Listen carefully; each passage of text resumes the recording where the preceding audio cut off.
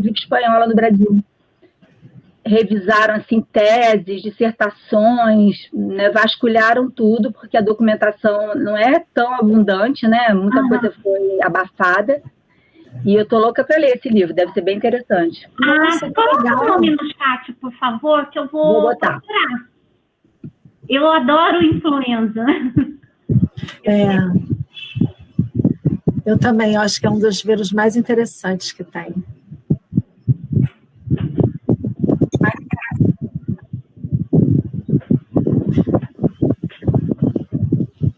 Ô, Rita, coloca no chat. Eu tenho esse livro aqui, ó. Não sei se você consegue ver. A história da gripe. Não!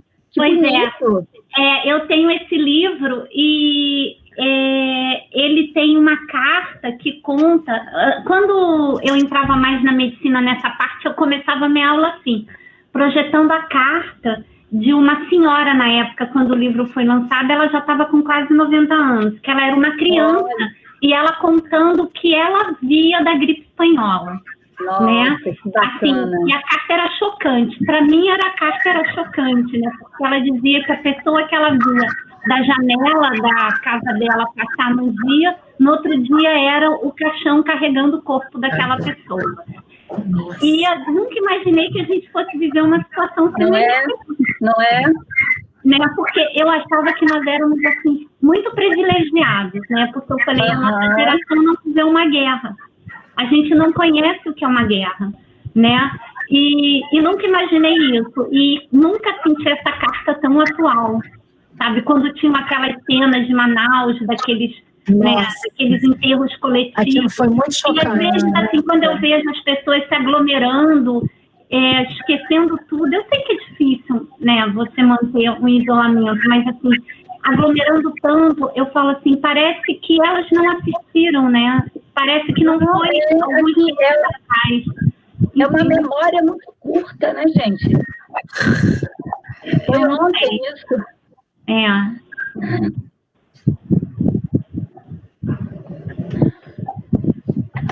Tudo bem, Leandro, tudo bem. Rita, você falou dessa carta, né? Mas a minha prima, ela tem o diário da avó dela, que já faleceu há bastante tempo, e que ela escreve algumas passagens dessa época. Gente! Aí ela coloca algumas coisas de como foi naquela época, né? Olha! Interessante. Mas, assim, não sei se tem como comparar, mas acho que a gripe espanhola ainda foi mais terrível, né, do que está sendo o Covid, não é não? Muita pobreza, né? Eu acho que, assim, não tinha nada para... Não tinha respirador, né, gente? Não tinha antibiótico. Não morreu tanto, né? Não tinha nada, né? As populações, né, na Europa, principalmente, estavam, assim, muito sofridas pela guerra. As pessoas, né, tinham passado, né, fome, frio, então...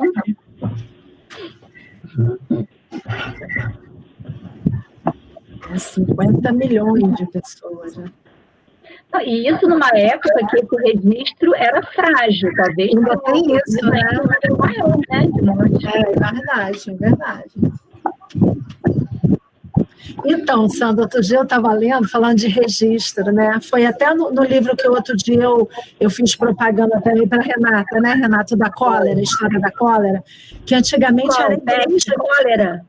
Ele estava aqui agora comigo, meu Deus. Como é que é o nome? Você lembra, Renata? O Fantasma da Morte, alguma coisa assim.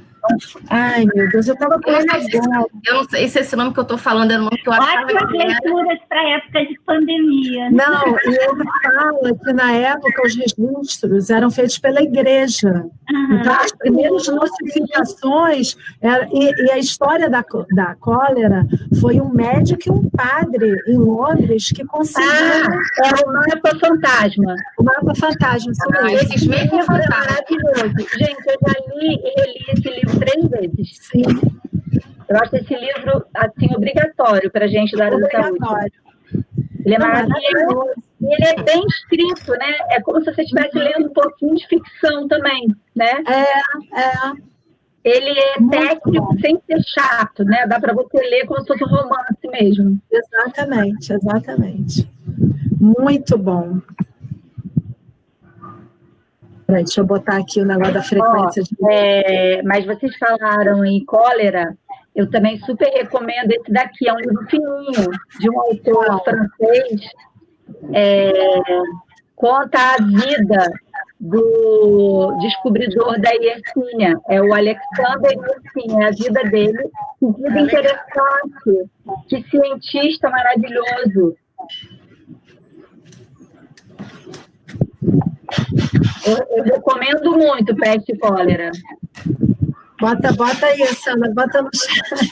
Botei. Peste e Cólera, de Patrick Deville. Eu fiquei apaixonada pelo Alexander Yersin. Ok, Adriana. Sim, na verdade, a frequência desse formulário que eu coloquei agora é para atividade complementar, né?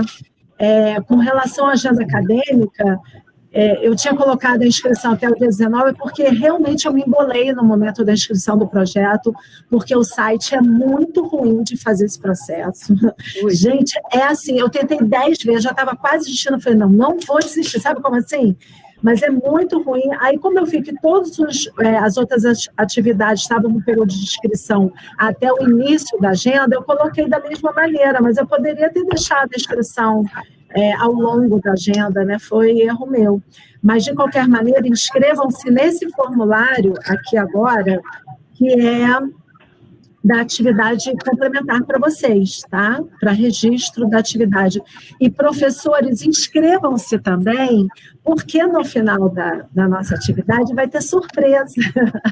Então, para todo mundo concorrer.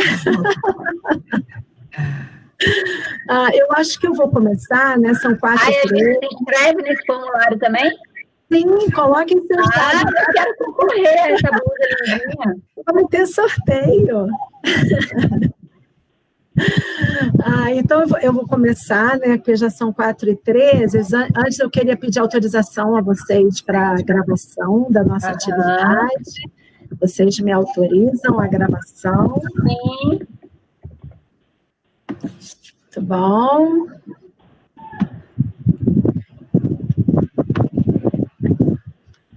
Começar a gravar.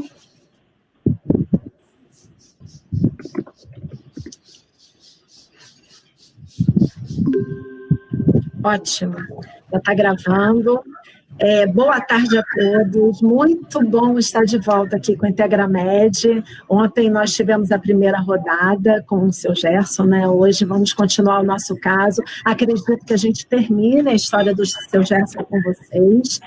E eu vou compartilhar agora aqui a apresentação com vocês. Cláudia, você vai apresentar o caso novamente, mas quando eu for falar, então, eu vou apresentar. Na verdade... não, com certeza. Eu só vou colocar a pergunta e saio. Tá. Tá ok? Tá. Porque antes eu quero fazer uma perguntinha aqui. Deixa aparecer a minha apresentação. Tá aparecendo. Ótimo. Só não está no formato de apresentação. Você vai botar eu agora. botei agora aqui. Então é o seguinte, né? A partir da ideia de 2 imagens do nosso projeto de ensino, começou com o desenho das mãos e depois 2 alunos da 120 fizeram esse logo do Integramed. A gente juntou as 2 imagens para que seja o emblema do nosso projeto de ensino e eu transformei isso numa camiseta. Aqui está voando, né? Então, no final da nossa atividade, eu vou fazer um sorteiozinho de umas camisetinhas para vocês, tá legal? Então, coloquem todos vocês, professores e alunos, coloquem lá no registro a frequência de vocês. E antes de começar a atividade, eu gostaria de fazer aqui uma perguntinha. Eu coloquei lá no chat também, mas ficou lá para trás, que eu queria saber se tem gente nova aqui no pedaço participando do Integramed, até para a gente saber o andamento. Então, entrem, por favor, no mente.com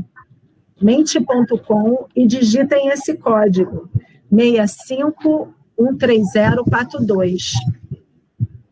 Made.com 65-13042. Então, de alunos a professores, quem estiver aqui estreando no Integramed, coloquem lá para mim, por favor. Ah, mas só quem for novo? Para quem é que eu quero ter. Ou, na verdade, a pergunta, eu vou colocar, a pergunta é Sandra, tá sim ou não lá, pode entrar. Eu acabei de responder. Tá bom. É sim ou não, né? E, na verdade, eu coloquei a opção 3, nem sabia. Então, todos aqui, não tem ninguém, vamos ver, né? Se tem alguém aqui estreando no Integramed. Temos 2 estreias já. Cláudia, aqui. você pode repetir para mim o código, por favor? Ele está até aqui na tela, 65-13042. 65-13042.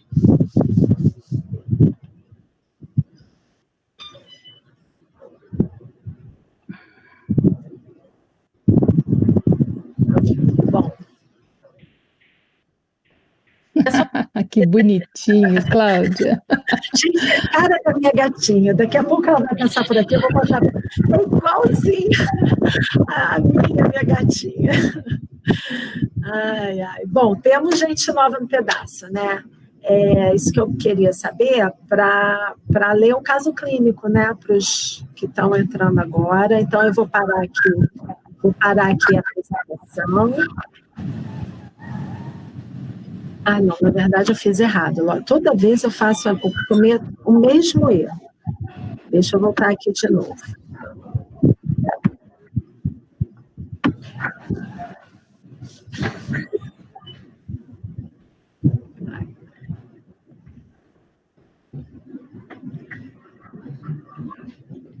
Sejam todos bem-vindos ao nosso projeto de ensino. Então, para começar, eu vou reler esse caso para vocês. Sandra, você lê esse caso tão bem. Você quer ler? Posso ler. Então, por favor. Não sei se já estão enjoados, né, da minha voz, mas vamos lá. Então, gente, relembrando, né, seu Gerson, 71 anos, branco, casado, aposentado, morador de Niterói. Ele é hipertenso, faz um acompanhamento, né, não muito regular, numa unidade básica de saúde, e tem um diagnóstico recente de câncer de próstata que ele trata no Antônio Pedro. Ele usa um medicamento chamado diclofenaco por conta da dor que ele sente às vezes para urinar. Mesmo com isolamento social, né, em março de 2020, ele achou que era exagerada, né, a recomendação, continuou saindo para encontrar os amigos, visitar os netos, ir à loto, né, fazer o seu joguinho. E ele faz parte de um grupo de WhatsApp dos amigos que jogam dominó com ele na pracinha, e várias mensagens, né, entraram, imagina, desde março até agora, né, mais mensagens loucas ainda. E aí, por uma dessas mensagens, na época, ele começou a tomar uma mistura caseira de mel, limão e cachaça para aumentar a imunidade dele. No dia 17 de abril, começou a historinha, né, da doença dele, ele começou a ficar indisposto, cansado, cefaleia, reclamando da comida, que tudo estava sem gosto, continuava, né, com os sintomas de dor, e aí ele usou paracetamol para alívio desses sintomas.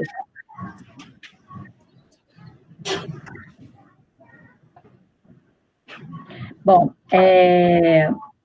o filho ficou preocupado, resolveu levá-lo, né, numa unidade de pronto atendimento.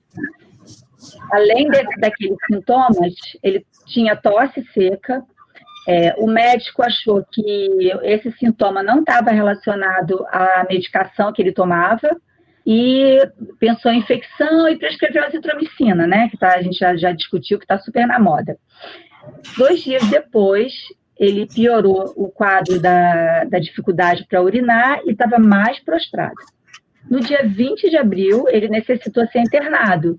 O motivo da internação neste momento era insuficiência renal aguda obstrutiva. A exame físico, ele ainda tinha o estado geral preservado, estava lúcido, hidratado, estava um pouco pálido, né, hipocorado, acianótico, anictérico, não estava com esforço respiratório, estava eupneico, perfusão capilar periférica preservada, e o aspecto da urina realmente era uma urina concentrada com grumos, e tosse seca bem evidente. O que a gente destaca do exame físico? Ele estava hipotenso, um paciente que normalmente era hipertenso, né? Ele estava com níveis pressóricos mais baixos, febril, com essa tosse seca e nada mais chamou atenção nesse primeiro exame. E a saturação dele estava ok, 97%. Tá joia.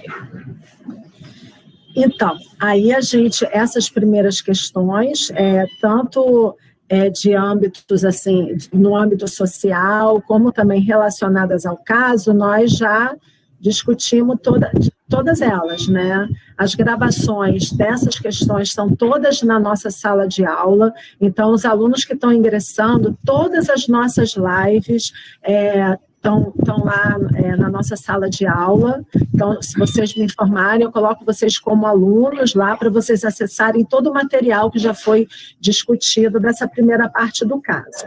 Na segunda parte do caso, foi com relação aos resultados. Então, nós já analisamos o hemograma do paciente, a questão da histologia dos pulmões, também com relação à saturação de oxigênio, em termos de diagnóstico laboratorial, que nós já discutimos, dos casos assintomáticos, na importância na disseminação da infecção, as vacinas, né, que estão em teste. Na época eram só 2, né?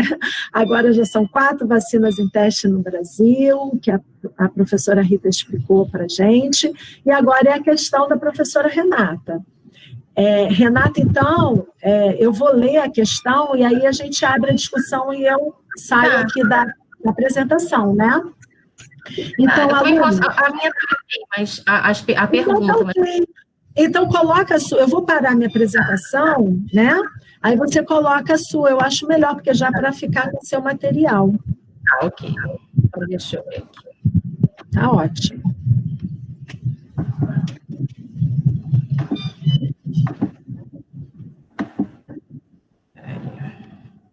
Está aparecendo para vocês? Sim.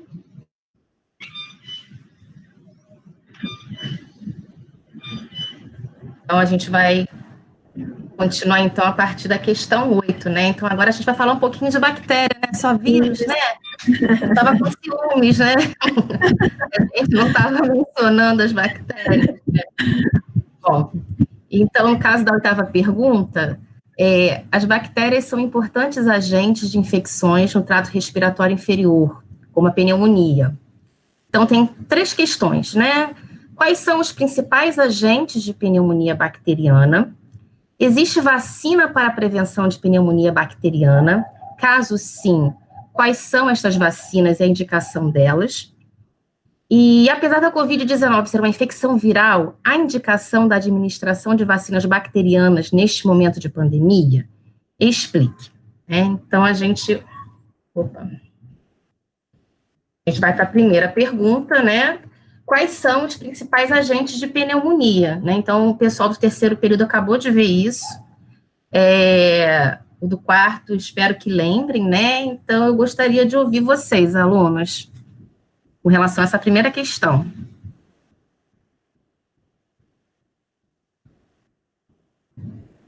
Quem gostaria de começar?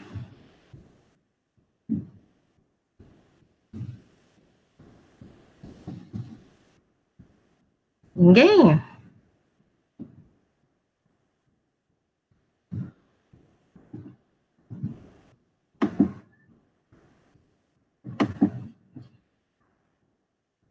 Gente, ninguém lembra de uma... Renata, tem resposta no chat para você. Eu não estou vendo, gente, eu só estou vendo a minha apresentação, se alguém pudesse... Vou ler para você. O João Pedro Moraes colocou Streptococcus pneumoniae e Pseudomonas aeruginosa. O Caio Eduardo colocou Streptococcus pneumoniae, Mycoplasma pneumoniae e Haemophilus influenza. Também. Mais algum? Por enquanto, só. Klebsiella? Pneumônia? Klebsiella pneumoniae também. Legionela também? Oi? Legionela. Legionela também é outro exemplo, né? E enterobactérias, são as que eu lembro. Isso, enterobactérias, né? Quando a gente fala em pneumonia, a gente tem aquelas pneumonias que a pessoa pode adquirir na comunidade, né? E tem aquelas pneumonias que o indivíduo adquire na unidade de saúde, né? Então, existe um ranking, né? Algumas bactérias que geralmente estão causando infecção em indivíduos na comunidade, sem esse contato com o hospital, e a gente tem aquelas outras que vão se destacar quando o paciente está internado e adquire durante, enfim, ele está hospitalizado, às vezes, por um outro processo e acaba adquirindo infecção, uma pneumonia na unidade de saúde. Vocês lembram de alguns exemplos mais focados, relacionados à comunidade ou às unidades de saúde? Alguém lembra? Por exemplo, o Streptococcus pneumoniae é um agente de pneumonia que a gente observa aonde? Mais aonde? Professora, eu lembro claramente que a Pseudomonas aeruginosa é principalmente hospitalar. Isso. Eu lembro bem dessa, mas uma pergunta também. Por exemplo, o Haemophilus, influenza, Mycoplasma pneumoniae, não seriam de bronquite e não de pneumonia? Eles também podem causar. Obrigado.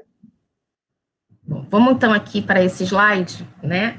Então aqui eu coloquei alguns dos agentes, né? Aqui tem alguns dos que vocês falaram e outros que eu não coloquei nessa imagem, mas que também fazem parte, né? Estão dentro, né, dos agentes que causam pneumonia quando a bactéria está envolvida, né? Então, a gente tem um destaque muito grande para o Streptococcus pneumoniae como agente de pneumonia na comunidade, né? Já no hospital, a gente tem um destaque para as enterobactérias, diferentes espécies, então, Klebsiella pneumoniae, que foi citada, Escherichia coli, Enterobacter, as bactérias do grupo dos bacilos gram-negativos não fermentadores, né, com destaque para a Pseudomonas aeruginosa, mas existem outras bactérias, como a Cinetobacter baumannii, tem outras ainda. A gente também tem o Staphylococcus aureus, que se destaca tanto na comunidade, né, em infecções comunitárias quanto hospitalares, enfim. A gente tem uma variedade de bactérias que podem causar esse tipo de infecção, né? E ainda na comunidade a gente tem uma série de fatores que podem predispor infecção por determinados agentes etiológicos, né? Então, por exemplo, a idade, né? Dependendo da idade do paciente, a gente pensa em alguns possíveis agentes, ou os mais frequentes, né? Então, isso ajuda, inclusive, na hora da decisão da escolha, né, da antibiótico-terapia adequada. E tem outros fatores que também vão predispor, né, a determinados agentes. Então, alcoolismo, asilos, a gripe, doença pulmonar crônica, ela favorece, né, a ocorrência de infecções na comunidade e até pode sugerir alguns agentes etiológicos. Bom, e agora? Existe vacina para prevenção de pneumonia bacteriana? E caso sim, quais são estas vacinas e a indicação delas? O que vocês pesquisaram? O que vocês acham? E aí? Oi. Fale. Então, talvez eu faça besteira. Perdão. Tem problema. Mas é porque tem aquela vacina eu não vou nem conseguir falar o nome, mas a pneumocócica. Ela era administrada principalmente para maiores de 60 anos, para residentes em asilos, e eu acho que em 2010 foi introduzida no calendário para crianças de até 2 anos. E eu acho que o foco maior dela é exatamente para o Streptococcus pneumoniae. Específica, né? Específica para essa espécie bacteriana. Exato. E eu li, não sei se é uma vacina diferente, que é a Prevenar 13, que é de 2019, 2018, que é administrada para grupos de pessoas soropositivas, HIV. Mas eu não sei muito sobre ela também. Mais alguém quer falar?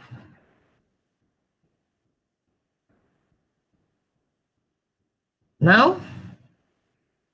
Bom, então a vacina que a gente tem... O Pedro colocou a hemófilos influenza B também. Então, a hemófilos influenza do tipo B está mais relacionado à meningite bacteriana, né?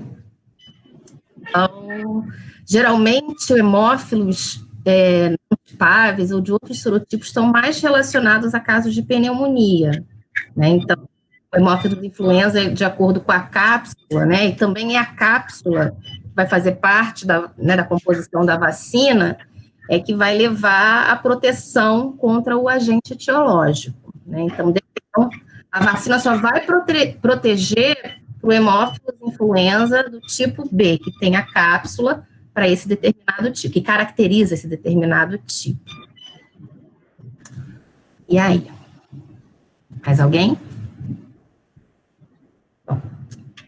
Então, a gente tem a vacina, né? A vacina para a pneumonia bacteriana que a gente tem é justamente para a espécie Streptococcus pneumoniae, né? O famoso pneumococo. É um agente, então, importante da pneumonia comunitária. É uma bactéria que não só causa pneumonia, mas também causa otite média aguda, bacteremia, importante agente de meningite. Então, essa vacina vai proteger para essas diferentes doenças, tá? E como o colega falou, né, é uma bactéria que causa pneumonia, pode causar em diferentes faixas etárias, mas a gente tem, né, os mais sensíveis, assim, são as extremidades das faixas etárias, né? Então, os bebês, né, as crianças dos primeiros anos e os idosos. Então, justamente são essas populações que vão ser contempladas pela vacina no posto de saúde, né, de forma gratuita. A vacina para essa bactéria, a composição dela, né, utiliza-se a cápsula da bactéria, a cápsula polissacarídica, como a parte da vacina que vai estimular a resposta imunológica, e com isso vai conferir a proteção, né? Só que a gente tem mais de 90 sorotipos de Streptococcus pneumoniae com base na composição química da cápsula. E aí, essa vacina, ela tem cápsula dos 90 sorotipos? Não. Mas é uma vacina polivalente, né? Então, eu tenho nessa vacina polissacarídeos capsulares de diferentes sorotipos, né? Então, com base nas pesquisas, né, a composição com base nesse polissacarídeo capsular foi definido, né, porque a gente tem a questão da circulação desses sorotipos nas regiões, tem sorotipos que causam doenças mais agressivas, invasivas, tem aqueles que acometem mais crianças ou idosos, né? Então, conforme essas observações em estudos, a composição dessa vacina foi definida, tá? E lembrando que essa bactéria, ela pode estar presente na nossa microbiota transitória, tá? É mais observado em crianças, né, do que em adultos, e no caso a localização seria na nasofaringe. Então, indivíduos saudáveis podem ter essa bactéria colonizando o seu trato respiratório superior. Bom, a vacina, ela se tornou disponível, né, e isso foi um grande avanço, né, porque ajuda na redução dos casos, na prevenção dos casos, e se tornou mais importante ainda quando cepas resistentes à penicilina começaram a emergir. Então, mais uma questão, né, menos possibilidades de tratamento, você tendo uma vacina, isso ajuda muito mais ainda. Antes já favoreceria, né, e se você tem uma bactéria resistente que você pode ter problemas com o tratamento, né, então se você tem a vacina, então isso acaba tornando mais importante, né, a disponibilização dessa vacina. E existem 2 tipos de vacinas para pneumococo. A vacina pneumocócica polissacarídica, afinal de contas, é a cápsula polissacarídica que faz parte da composição química. E a gente tem a vacina pneumocócica conjugada. Vocês lembram o que é uma vacina conjugada? associação de proteínas aos polissacarídeos para melhorar a resposta em crianças, se não me engano? Isso, então, a resposta de crianças com menos de 2 anos a polissacarídeos, né, não é muito boa, né? Então, você precisa conjugar uma proteína a esses polissacarídeos para que possa haver o estímulo da resposta imunológica, né? Então, a gente tem 2 tipos de vacinas, então, dependendo da faixa etária, vai ser uma ou a outra que vai ser utilizada. Então, aqui, só para ilustrar, né, a resposta imunológica para antígenos polissacarídicos é T-independente, ou seja, você não tem, né, um linfócito T participando da ativação e diferenciação de linfócitos B, né, em plasmócitos que vão depois produzir os anticorpos, tá? Então, crianças com menos de 2 anos ainda não estão com seu sistema imunológico maduro completamente, então elas não têm essa resposta, ou essa resposta não é muito boa. Então, por isso que a gente tem que ministrar uma vacina, já que o antígeno importante para a resposta imunológica é um polissacarídeo, a vacina ela tem que ser conjugada, né? Então, a vacina pneumocócica polissacarídica, ela não pode ser dada em crianças com menos de 2 anos, ela não é dada. Aqui embaixo a gente já vê a resposta imunológica contra polissacarídeos, né, junto com a proteína carreadora, no caso de uma vacina conjugada. Então, essa proteína vai ser importante porque ela vai recrutar linfócitos T específicos, né, que vão ajudar no processo, né, na ativação dos linfócitos B em plasmócitos para a produção dos anticorpos, além do que também vão estimular uma resposta de memória, né? Então, essa proteína aqui, ela vai ser internalizada, processada, né, pelas células de defesa, vão ser expostas aos linfócitos T helper, e esses, então, vão não só estimular, né, a diferenciação em plasmócitos e produção de anticorpos, como também vão levar a uma resposta de memória, né, que vai ser bastante importante.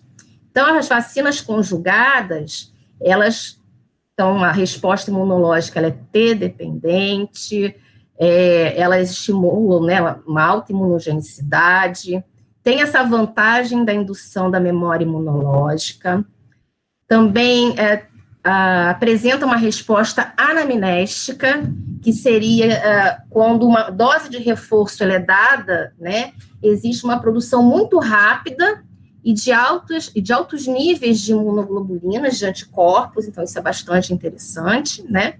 Então, é uma vacina que vai ser ministrada, é importante para ser ministrada em crianças com menos de 2 anos, né, a partir dos 2 meses, né, que é justamente essa faixa aqui, né, entre 2 meses e 2 anos, né, que você tem uma alta morbidade e mortalidade. Então, as vacinas conjugadas, o principal foco seriam as crianças, né, nos primeiros anos de vida. Aí só um pouquinho de história, né, então a primeira vacina pneumocócica, que foi a polissacarídica, 14 valente, ou seja, para 14 sorotipos, ela foi disponibilizada nos Estados Unidos em 1977. Em 1983, foi disponibilizada a 23 valente, ou seja, uma vacina que tem 23 tipos diferentes de polissacarídeo capsular. E aí, em 2000, a gente passou a ter, né, a vacina pneumocócica conjugada 7 valente, ou seja, para 7 diferentes sorotipos. Aí, mais à frente, outras vacinas conjugadas conferindo proteção a mais, né, sorotipos, a 10 valente e a 13 valente. No Brasil, a vacina conjugada, ela foi inicialmente utilizada no nosso Programa Nacional de Imunização apenas para crianças em situações especiais, sendo disponíveis nos Centros de Referência de Imunobiológicos Especiais, e foi a 7 valente. E para a rotina, vacinação de rotina, até como o colega falou, foi disponibilizada em 2010, né? Então, pelo Programa Nacional de Imunização, foi disponibilizada a 10 valente. A 13 valente a gente só encontra em clínicas particulares, então você tem que pagar, tá? Agora, a 13 valente pode ser, ela é disponibilizada nesse centro de referência de imunobiológicos especiais gratuitamente em situações especiais, tá? Então, existe, isso, no caso, a partir do segundo semestre de 2009, passou a ser disponível. Renata, uma dúvida. A que dá em idosos atualmente também é conjugada? Então, no posto de saúde é a não conjugada, mas eu vou até mostrar no outro slide, mas pela Sociedade Brasileira de Imunizações, você quando vai se imunizar numa clínica particular, você dá as duas. Eu já vou mostrar para você. Você toma uma dose de conjugada e 2 doses da polissacarídica. Tá? Aqui só para ilustrar, né, as vacinas com relação aos sorotipos, né? Então, em vermelho são os sorotipos que eu encontro nas 3 vacinas, tá?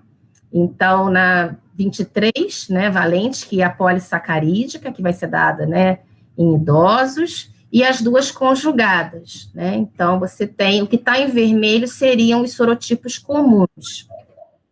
Então, todos os sorotipos que estão presentes na 13 valente estão presentes também na 10 valente. Só que na 13 valente eu tenho mais 3 sorotipos. Destes 3, 2 que estão em azul, eu também encontro na vacina polissacarídica 23 valente, tá? E o que tem em pretinho, tanto na 23 quanto na 13, é específica de cada vacina. Então, pelo calendário nacional de imunização, né, então as crianças com 2 meses e 4 meses devem receber uma dose da vacina 10 valente e um reforço com 12 meses. E no caso de idosos, né, com mais de 60 anos ou com 60 anos, está disponível a polissacarídica 23 valente, mas não para todos os idosos, mas para idosos acamados ou instituições fechadas.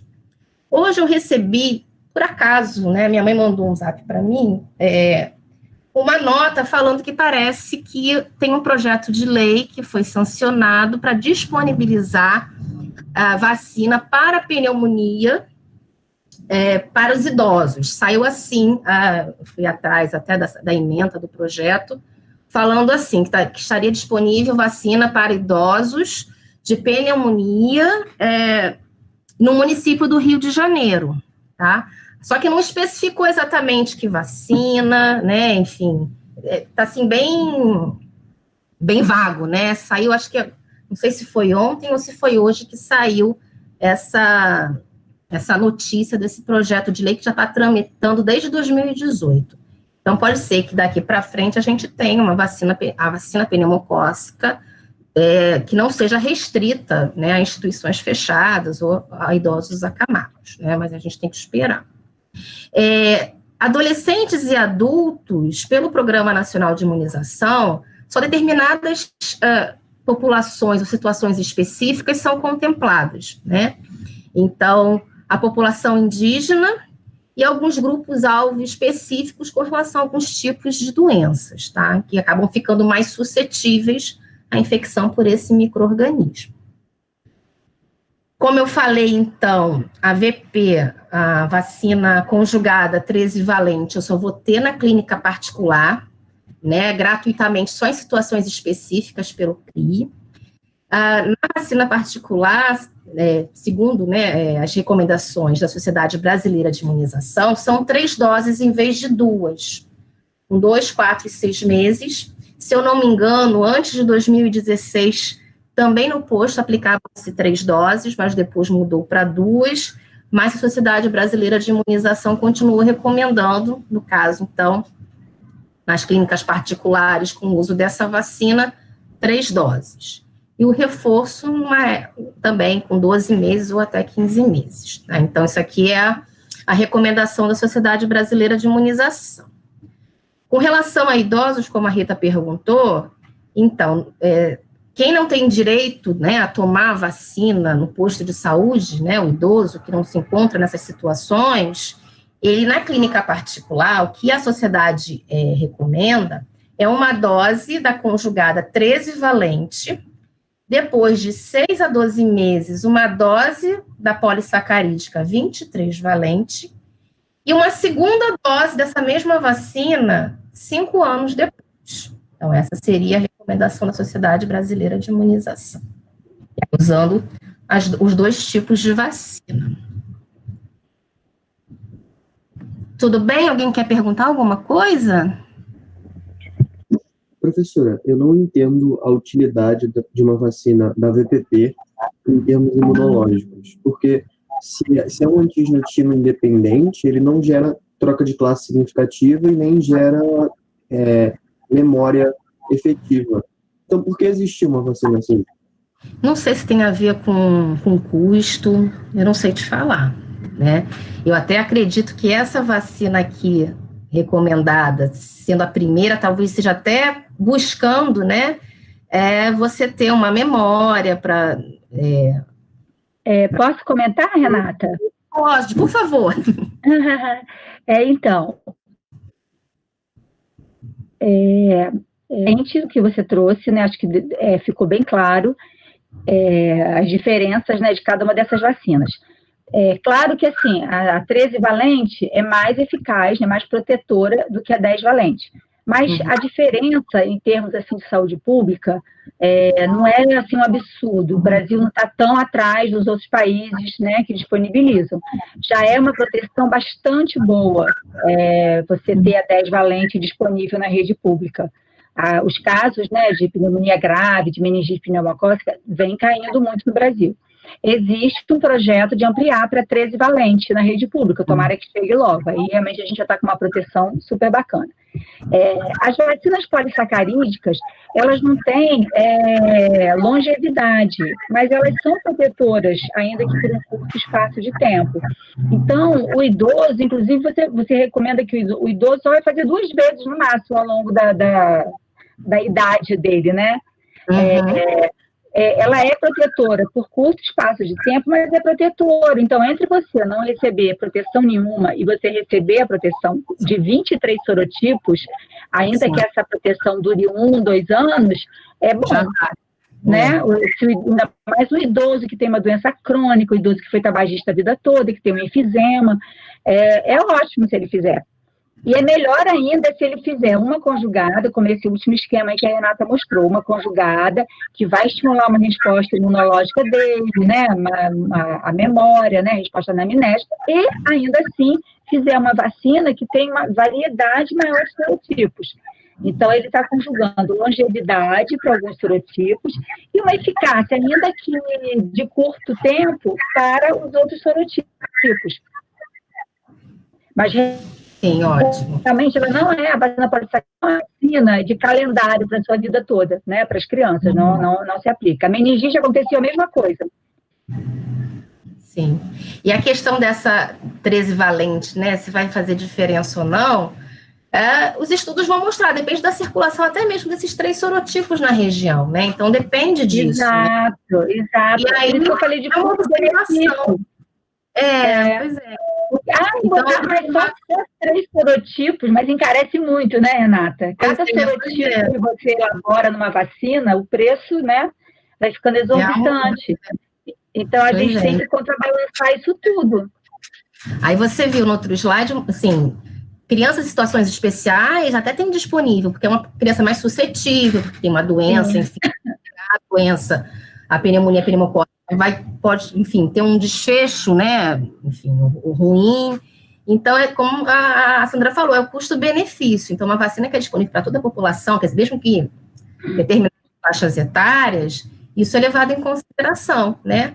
Agora, se daqui para frente começarem esses 3 sorotipos a aumentarem, né, talvez seja incorporá-los, né? Então, os estudos vão mostrar. Ficou claro, Pedro? Foi o Pedro que perguntou, né, da polissacarídica. Pedro Afonso. Então, assim, só mais uma pergunta. No caso da conjugada, por exemplo, como é que eu garanto que a resposta vai ser eficiente se eu tentar colocar por uma frase coerente? A proteína, primeiro, qual seria a proteína conjugada e como é que eu garanto que a resposta é contra o polissacarídeo de membrana e não contra a proteína com a qual eu conjuguei? Aqui, ó, eu até coloquei no slide que eu achei que vocês iam ficar curiosos, né? Então, ó, na VPC10, a gente tem alguns sorotipos conjugados a uma proteína do Haemophilus influenza não tipável. Não tipável significa que ele não tem cápsula, né? E também temos aqui um sorotipo ligado ao toxoide difitérico, né? Que é a toxina difitérica ativada, e um outro sorotipo, o toxoide tetânico, né? Ou seja, a toxina tetânica inativada. No caso da VPC13, está associado a uma proteína da bactéria que causa difteria, tá? Então, assim, essas vacinas, elas não vão conferir proteção nem para Corynebacterium diphtheriae, nem para Clostridium tetani, não vai conferir imunidade para essas outras doenças, tá? Então, obviamente, essas vacinas, elas foram estudadas, né, e tem uma resposta para o pneumococo. Para proteção contra tétano, difteria, você tem outras vacinas feitas com toxina, a toxina difitérica, a toxina tetânica, mas nas concentrações adequadas, enfim, de tal forma que vai estimular uma resposta protetora contra esses agentes. Quer falar alguma coisa, Sandra? Quer complementar? Eu não sei se eu entendi bem a pergunta do Pedro, se ele queria saber se a gente vê a resposta específica para cada sorotipo do pneumococo. Você só vê isso quando você faz o ensaio clínico. Seria muito caro você fazer isso, e, na verdade, você acaba testando a efetividade da vacina. Eficácia é quando você testa no laboratório, né? Testa com o número de pessoas, vê, né, que deu certo e tal. Quando você lança a vacina no mundo, à medida que os anos vão passando e você vai contabilizando que os casos daquela doença diminuíram, você fala que essa vacina teve efetividade, ela deu certo. Qual é o meu objetivo? Que eu diminua os casos de doença e de morte. E isso está acontecendo. A gente está tendo menos internação por pneumonia grave, menos internação e menos óbito por pneumonia grave e meningite pneumocócica. Então, esse é o resultado que eu mais espero. Foi respondido, Pedro? Sim, muito obrigado. Mas foi interessante essa pergunta. Foi obtido, né, Sandra? E que de fato foi obtido. Sim. Não desapareceu, óbvio, por quê? Porque a gente não dá conta de todos os sorotipos. Então, algumas crianças ainda adoecem, né, com outros pneumococos. Mas para aqueles que a vacina protege, realmente a diminuição tem sido comprovada em vários estudos.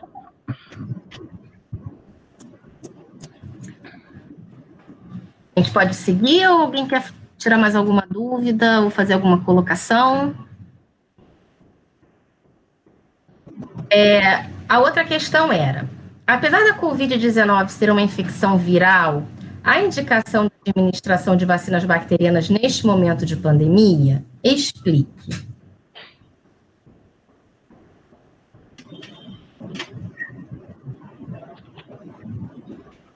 Alguém quer falar?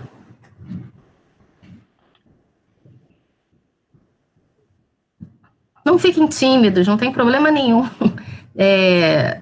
Colocar alguma coisa e achar que não é bem isso, não tem problema. A gente está aqui discutindo.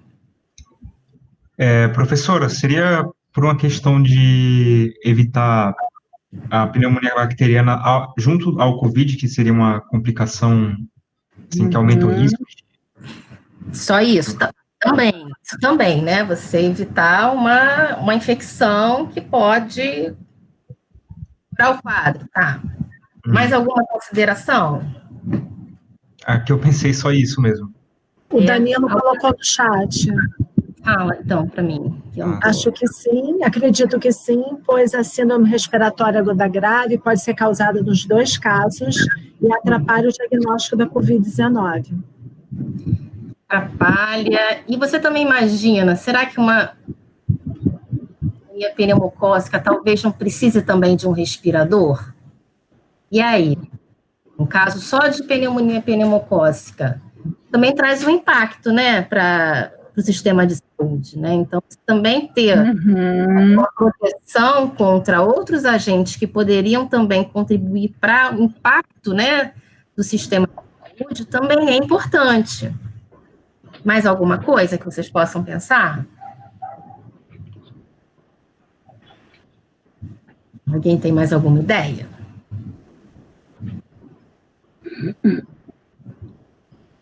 Assim, não existe nada falando, você tem que tomar a vacina pneumocócica, né, ou outra vacina. Tem algumas recomendações, vamos tomar influenza, né, a vacina da influenza, para quê? Para dificultar, ou melhor, para facilitar o diagnóstico, né, ou melhor, deixar de dificultar o diagnóstico, para também as pessoas, né, não irem aos hospitais se exporem. Mesma coisa para vacina, não só para pneumonia, como outras vacinas bacterianas ou virais que poderiam proteger as pessoas de terem que ir aos hospitais, né? A gente não tem que ficar, a princípio, em distanciamento social, né? Então, se a gente preserva a nossa saúde, né, e a prevenção de uma série de doenças passa pela imunização, então a gente acaba se expondo menos a unidades de saúde, né? Então, recomenda-se não só que vacina relacionada à pneumonia ou infecção de trato respiratório sejam tomadas, mas que todas as vacinas estejam em dia para que as pessoas mantenham sua saúde e evitem a ida, né, aos hospitais. Então, evitar a exposição é uma questão muito importante também, tá? Não é específico da Covid em si, né? Você tomar essas vacinas não vai proteger você contra a Covid, mas vai permitir que você não vá, né, pelo menos nessas situações, procurar uma unidade de saúde, né? Como o colega falou, né, você ter uma infecção viral, ainda ter uma infecção bacteriana, você pode agravar o quadro, né, do paciente, e essa questão, né, de você ter, né, pessoas doentes ali competindo por leitos, competindo por respiradores, né, no caso específico de vacinas que tenham a ver, né, com a infecção do trato respiratório, né? Então, é muito importante que vacinas, não só virais como bacterianas, sejam, então, adotáveis, né? As pessoas tomem essas vacinas. Aí, bom, a gente terminou aqui as perguntas, mas eu fiz uma pesquisa para saber justamente essa questão da co-infecção, né? Já tem alguma coisa conhecida sobre as bactérias que podem estar causando co-infecção com SARS-CoV-2, né? Ainda não se sabe muita coisa, mas alguns estudos começaram a sair, e eu trouxe 3 só para mostrar para vocês quem seriam esses patógenos, a valência, digamos assim, nesses estudos, tá? Então, esse estudo aqui, ó, foi um estudo em que foi realizado num hospital em Paris, França, né? Então, foi avaliado com infecção por bactérias, né, de pacientes graves com Covid-19, onde eles analisaram lavado broncoalveolar e fizeram cultura. Nessa tabelinha aqui, eles dividiram os casos em pneumonias adquiridas na comunidade, né? Então a pessoa já chegou, né, com a pneumonia bacteriana. E aqui a gente tem 3 situações de infecções adquiridas, de pneumonia adquirida em unidades de saúde, né? Aqui, sem relação com ventilador mecânico, e aqui 2 situações em que o indivíduo fez a utilização do mecânica, né? Então, aqui é uma pneumonia associada à ventilação mecânica, mas que estava pouco usando, né, esse equipamento, e aqui, no caso, uma pneumonia que apareceu depois de um determinado tempo de uso desse equipamento, né? Consideravam aqui, antes de 5 dias de utilização da ventilação mecânica, e nessa outra, após 5 dias, né? Então, a gente pode ver o quê? Nesse estudo, eles analisaram, eu esqueci até de colocar o número de pacientes, mas até está aqui, né? Se somar isso daqui, 34, 46, 54 pacientes, né? Então, eles observaram, né, uma co-infecção em 37% dos pacientes. A maioria dos casos foram de pacientes que estavam fazendo uso há mais tempo, né, da ventilação mecânica. E aqui são os patógenos, né? Então, no caso da pneumonia comunitária, elas foram causadas por bactérias gram-positivas, né? Deixa eu ver, e também por bactérias gram-negativas. Então, no caso de bactérias gram-positivas, olha aqui o Streptococcus pneumoniae, que é um importante agente de CAP, né, de pneumonia adquirida na comunidade. E também aqui o Staphylococcus aureus, que tem importância tanto fora quanto no hospital. Das gram-negativas, a gente tem aqui, ó, o Haemophilus influenza, também temos uma espécie de Klebsiella, e uma bactéria não fermentadora, que é a Pseudomonas aeruginosa. Deixa eu ver aqui. Aqui no caso de infecção adquirida no hospital sem relação com a ventilação mecânica, a gente teve aqui isoladas, porque aqui a gente tem número de pessoas com a pneumonia, mas às vezes não bate o número de bactérias, porque às vezes mais de uma espécie é isolada na cultura, né? Então a gente tem aqui desde bactéria gram-positiva, e também bactérias gram-negativas, o Haemophilus, Citrobacter é uma enterobactéria, e das gram-positivas eu tenho um Staphylo. A gente também vê aqui, ó, com relação à ventilação mecânica, depois de um tempo que a pessoa está no equipamento, né, a gente tem um número maior de casos, e a gente tem um destaque para as bactérias negativas, né, então a gente tem aqui, ó, tanto enterobactérias, e olha aqui os não fermentadores, né? Então, um número expressivo, né? Então, a Pseudomonas aqui se destacando, né? Então, nesse estudo foi o que eles observaram. Então, a maioria dos casos de pneumonia, né, em caso de Covid, foi em pessoas utilizando a ventilação mecânica, mas mais aquelas que estavam usando há mais tempo. Nesse outro estudo aqui, já foi realizado no Reino Unido, tá? em dois hospitais, né? E aqui foi um estudo retrospectivo, né? Então, nem todos os pacientes, os materiais, né, clínicos, os espécimes clínicos analisados e as técnicas utilizadas para o diagnóstico não foram iguais para todos os pacientes, né? Então, o que foi, a maior parte dos pacientes, né, foi analisada em cultura e foi o sangue, foi feito hemocultura, né, porque em caso de pneumonia você pode ter como material para análise tanto, né, material oriundo do trato respiratório quanto sangue, né. Então, no caso das culturas de sangue, aí outra coisa, eles compararam pacientes com SARS-CoV-2 e pacientes com influenza, tá? E aqui, no caso das culturas a partir de sangue, que já tem uma sensibilidade menor mesmo do que o material de trato respiratório, só foi identificado 2 bactérias, né? No caso, em um paciente com a infecção comunitária e o outro com infecção hospitalar, e foram enterobactérias que foram isoladas. Aqui também foi feito hemocultura para um grupo de pacientes, mas as bactérias que foram isoladas ou foram contaminantes ou não estavam associados a casos de pneumonia, mas sim outros tipos de infecção.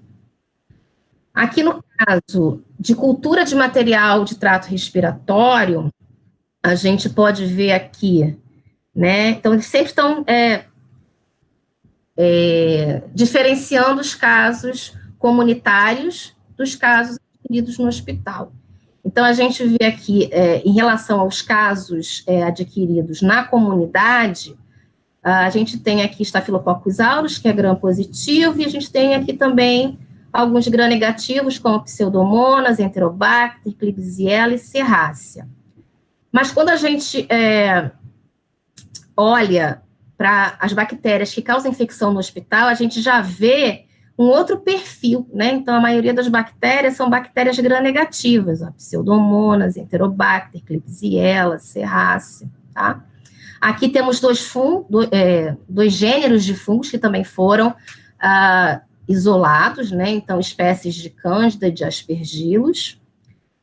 A gente até vê aqui mais casos, né, de co-infecção relacionada a SARS-CoV-2 do que influenza, apesar de ter bastante relatado que existe bastante co-infecção, até a Sandra pode até me dar esse suporte, né, de co-infecção com influenza, é mais reportado, digamos assim, ou é bem reportado para influenza, co-infecção no trato respiratório. Sim.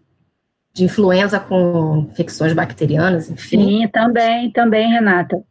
Mas nesse estudo aqui, pelo menos nesse estudo aqui, não, né? Lógico que a cultura não foi feita aqui, foi uma outra técnica, eles usaram usando PCR para identificação, mas no estudo aqui, a gente está vendo um destaque, né? Enfim, não lembro de ter lido nada na discussão que pudesse justificar essa diferença, né? E eles... Oi, fala. Esses casos de influenza aqui que eles relatam são casos antigos, né? Não é muito, não. Porque, por exemplo, a gente está vendo que quase não está circulando influenza. E se eles estão comparando com SARS-CoV-2, eu não sei o que aconteceu lá. O período ele é diferente, mas ele inclui também o período de agora. Eu posso depois até olhar o artigo, mas a gente já até vê que o número é bem diferente, né, dos pacientes, né? Porque provavelmente a influenza já vem de dados, talvez de outros invernos, de outros momentos. Sim. Sim, eu acho que a gente também tem até a gente toma vacina, né? Um vírus que já circula, né? Não é um vírus novo, né? Para o qual a gente não tem, enfim, imunidade nenhuma. Mas assim, mas é relatado também a associação com infecção bacteriana para influenza e para outros vírus. Então, assim, é difícil a gente... Eu não estou acompanhando esses estudos, tá, Renata?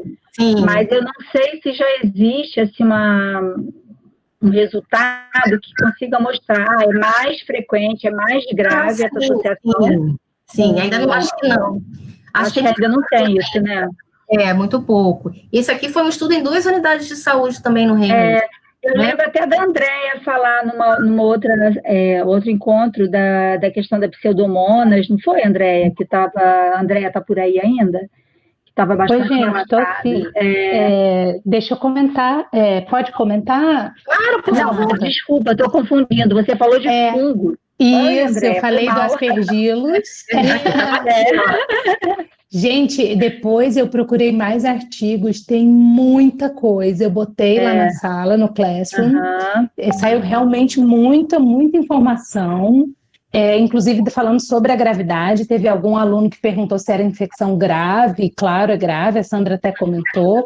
E eu achei mais artigos também, Renata, o que vai ao encontro do que você falou, de Cândida. Então, a mesma coisa, tá? Também são as pessoas. Relatos para influenza, Andréia? Ou está sendo uma coisa? Não? Eu não tenho essa informação. Tá. Eu fiz bem direcionado para co-infecção fúngica. Eu não fiz essa busca, não posso dar esse feedback. Infelizmente. Mas todos a associação de infecção bacteriana é muito relatado para influenza. Sim, tanto que os artigos já começam falando isso na introdução. Sim. Agora, se a gravidade, o painel, né, de agentes etiológicos que está aparecendo, isso eu não tenho ideia, se está diferente, se está mais grave. Ainda é pouca coisa que se sabe, né? Então, sabe trabalhos e todos eles sempre no final. Ainda tem que ter mais estudos, os dados são escassos. Sim. Então, eles estão começando a pipocar, a sair, né, para que depois seja feita uma análise melhor, né? Aqui também, para os alunos que a gente teve aula de agentes bacterianos que causam pneumonia, uma outra forma de detectar é pesquisar um antígeno específico da bactéria na urina. Então, a gente tem esse tipo de kit para pneumococo e para legionela, né? Então, essas bactérias, elas não foram detectadas nesse estudo, tá? E é bom acurar desse exame para pneumococo na urina? Mais ou menos. Mais ou menos, porque muitas vezes acaba que na rotina, se você tiver, você acaba fazendo tudo, né? Faz o teste na urina, né? Então, tem uma certa sensibilidade, mas todo teste, né? Você tem uma variação, né? Observado. Tá? Okay. Mas a cultura não apareceu, né? A cultura, que é o padrão ouro, exato, fácil, assim, relativamente fácil, né? Os meios de cultura que são utilizados, né?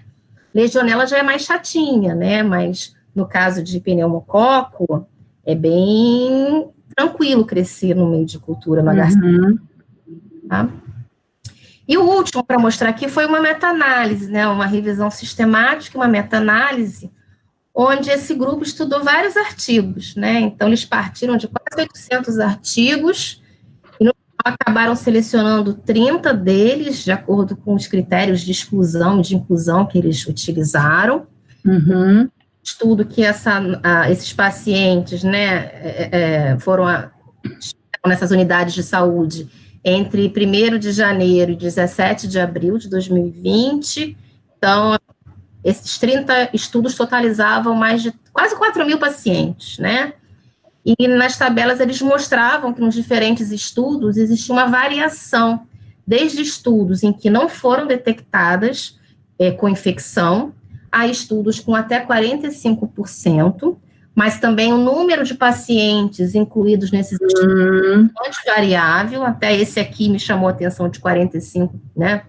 0,4, mas só tinha 11 pacientes na análise do estudo. Engana, às vezes, o percentual, você tem que ver exatamente, né, como é que... E aí, eles analisam diferentes tipos de coinfecção, né, tanto bacteriana, viral e fúngica. Então, ali, os aspergilos. A bacteriana, eles encontraram 7% de coinfecção, mas quando consideraram só pacientes de CTI, esse valor aumentou, tá? Com relação às bactérias, né, então, a que foi mais citada foi o Mycoplasma pneumoniae, depois Pseudomonas aeruginosa, Haemophilus influenza, Klebsiella pneumoniae, Enterobacter, Chlamydia, Acinetobacter, Serrácea, o Staphylococcus aureus resistente à meticilina, que é uma cepa muito importante, né, uma das bactérias multiresistentes que dá problema, e Enterococcus faecium, né? Então, aqui a gente olhando, aqui, ó, Marsa e faecium são bactérias gram-positivas, né? As outras gram-negativas, olha só, né, a diferença, né? Então, a grande parte delas estava relacionada às bactérias gram-negativas. Com relação à coinfecção viral, eles citaram 3%, citando como mais comuns o influenza A e o vírus respiratório, né? E em relação à coinfecção fúngica, só tinham 3 estudos considerando, né? E aí ele destaca algumas espécies de cândida e aspergilos. Se não me engano, tinham 3 espécies diferentes de aspergilos e 2 de cândida. Então, só para mostrar para vocês um pouquinho do que está sendo estudado, observado, né, nesses estudos. Sandra, alguma coisa? A próxima questão é a sua, né? A gente está com 15 minutos. Vou tentar ser bem rápida. Tá bom. Eu fiz uns slides bem curtinhos. Gente, desculpa o tempo, mas eu quis privilegiar um pouquinho as bactérias, né? Não, mas aqui o tema é interessante. A gente mesmo ficou fazendo pergunta, né? Cláudia, pode passar as 2 perguntas que eu já respondo também no pacote. Tá ótima. Então, a primeira seria: o paciente evolui com síndrome respiratória aguda grave no dia 25 de abril, colocado em ventilação mecânica, ele vem a falecer. Se seria necessário mais alguma notificação. E a outra questão é como seria preenchido os campos da declaração de óbito. Beleza. Você retira essa, então, para eu compartilhar a minha? Estou saindo. Então, gente, enquanto eu estou abrindo aqui, Quem responde essa aí? É preciso outra notificação? Colei agora o símbolo. Ficou lindo.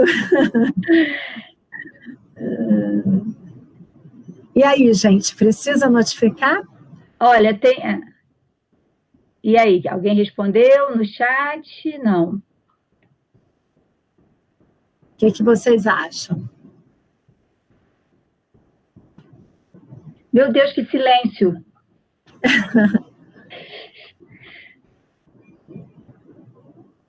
Acho que estão fazendo um minuto de silêncio pelo seu Gerson. Verdade. Tem razão, Adriana. Mas acho que já passou um minuto, hein? Acho que já passaram uns 2. Sandra, acho que tem que notificar de novo. Muito bem, Tânia. Então, gente, eu não sei se vocês lembram, quando a gente discutiu lá no início, né? Assim que ele começou o quadro, que a gente resolveu notificar. Ei, gente, tá aparecendo para vocês? Tá, mas coloca no modo apresentação. Tá, eu estou tentando. Mas aparece uma coisa na frente e eu não consigo. Espera aí. Lá embaixo. Não, eu sei, mas eu estou clicando. Agora foi. Espera aí. Aparece uma mensagem para mim. Você está apresentando para todos, eu já sei. E ele fica em cima do meu... ocultar. Tá difícil. Ele não está me obedecendo. Eu cliquei, já cliquei. Será que não? Se você for em exibir, será que não tem uma teclinha? Boa. Agora foi. Pronto. Isso. Então, gente, coloquei aqui o boletim mais novo que saiu, tá? Vou falar o que eu acho que eu estou falando desde o início da pandemia, né? Alguma equipe técnica está conseguindo sobreviver lá no Ministério da Saúde, né? E a gente continua tendo alguma informação de qualidade. Então, aqui são os casos de Covid, né? No ano todo até agora, né? Então, assim, platôs bem altos. E agora que a gente começa a ter um pouquinho de esperança, né? De um platô um pouco mais baixo, mas, assim, ainda é cedo para qualquer coisa. Vocês lembram, né, que a gente comentou que a gente podia notificar um paciente com quadro leve de síndrome gripal ou um paciente com a síndrome respiratória aguda grave, que é o que o seu Gerson está apresentando agora. Então, ele, né, internou lá no início, quando se pensou no caso, já tinha indicação de notificar, ele foi notificado, e agora ele está fazendo um quadro mais grave, um quadro novo dentro da doença dele. Esse quadro tem toda indicação de notificar. Mas eu vou notificar ele de novo? Não tem problema. Esses sistemas de informação se comunicam, as duplicidades são trabalhadas, então o seu Gerson, mesmo com essas 2 fontes de notificação, ele vai contar com um caso de Covid, mas o importante é que ele vai contar como síndrome respiratória aguda grave. Antes da pandemia de Covid, essa síndrome já era monitorada no Brasil, há mais de 10 anos, justamente por conta da influenza. A gente aprendeu, né, na pandemia de 2009, que a gente precisava monitorar todos os quadros respiratórios graves, pensando principalmente numa série de vírus que poderiam evoluir dessa forma pandêmica. E aí vocês veem nesse slide aqui, né, tirado daquele boletim, em azulzinho é o que aconteceu em 2019. Então, vocês veem que poucos casos, né, foram notificados em 2019. Em 2020, a gente ainda está com esse patamar de, né, milhares, né, 24 mil, né, a gente está com essa cifra muito elevada ainda de casos de síndrome respiratória aguda grave. Esses números são iguais a esses daqui, dos casos de Covid? Não, eles se assemelham no padrão, certo? Alguns desses casos foram confirmados como Covid, então eles estão alimentando esse quadro aqui. Outros casos são causados por outros vírus, muito pouco influenza esse ano, né? Agora há pouco a Rita comentou tanto pelo isolamento social, quanto pelos níveis de vacinação de influenza, né, que foram feitos em 2020, pouquíssimas pessoas contraíram a influenza esse ano. Então, a maioria dos casos que estão internando com a SARG em 2020 está sendo identificado como Covid. Aqueles que não estão sendo identificados, a gente acredita que seja Covid também, foi só falha laboratorial, porque a diferença é gritante. Então, eu preciso preencher uma ficha, que é essa ficha aqui. Ficha de caso de síndrome respiratória aguda grave, que foi hospitalizado, ou seja, o paciente grave. Independente da causa, chegou esse paciente no hospital com esses sinais, né? Falta de ar, oxigenação baixa, né? Precisando de ventilação mecânica, precisando de oxigênio, esse paciente vai ser notificado e eu vou investigá-lo. Essa ficha tem muitos dados para serem preenchidos e esses campos aqui eu destaquei para mostrar para vocês, né? A data da internação, em que unidade ele internou, se foi necessário UTI, se foi necessário suporte ventilatório.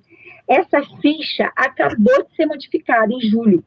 Por quê? Porque até ano passado a gente pensava em influenza, adenovírus, vírus sincicial respiratório, para-influenza, e aí a gente levou essa rasteira, né, essa super puxada de tapete da família dos vírus, e agora essa ficha de investigação está com várias informações aqui. Tomografia, não tinha isso antes. Aspecto da tomografia, tipo de COVID, indeterminado, atípico para COVID, ou seja, COVID, né, SARS-CoV-2 invadiu a nossa investigação para a CIRAG. E aí, se eu conseguir fazer todos esses exames laboratoriais, eu vou fechar aqui a minha informação, vou dizer, o meu teste foi positivo para influenza, sim ou não? Não. Se foi influenza, se é A, se é B. Se não foi influenza, foi para outro vírus. Qual vírus? Olha quem está aqui em primeiro lugar para a gente lembrar de marcar, se for o caso. SARS-CoV-2.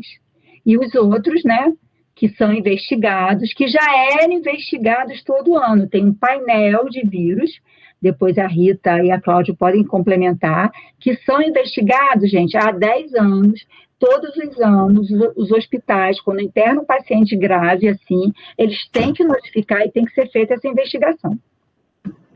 Declaração de óbito. Então, olha qual é o nosso cenário, né, desse último boletim, já entrando aqui em outubro, um patamar bem alto, infelizmente, né, aqui óbitos, né, por data de notificação, né, então a gente chegou a ter, né, mais de 1.000 óbitos por dia, eu acho isso, assim, a gente agora já não está nem mais se escandalizando, né, gente, mas ainda é motivo de muito escândalo.